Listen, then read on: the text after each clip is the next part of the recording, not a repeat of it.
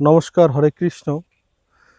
একটা কথা বর্তমানে ইসকন নিয়ে যেভাবে আন্দোলন শুরু হচ্ছে, একটা বিষয় আমি না বলে পারতেছি না।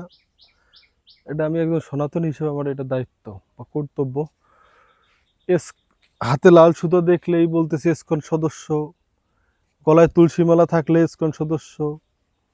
মানে কোনোভাবে হিন্দু সনাতনী কোনো যুবক দেখলেই ইসকন সদস্য। এই যে যারা ভাবতেছেন যে ইসকন সদস্য, ইসকন সদস্য হয় এত সহজ না। ইসকনে যেতে গেলে আপনার এই যে স্বাভাবিক জীবনযাপন, আপনি যে খাবার দাবার যে করেন, খাবার দাবার যে খান, এই খাবার দাবার আপনার সম্পূর্ণ পরিহার করতে হবে। আপনার হচ্ছে নিরামিষভোজী হতে হবে, আপনার একাদশীর উপবাস থাকতে হবে, আপনার ধর্মচর্চা করতে হবে, আপনার প্রতিদিন ভাগবত গীতা পাঠ করতে হবে, আপনার এই দেশের জন্য, জাতির জন্য আপনার কিছু করতে হবে।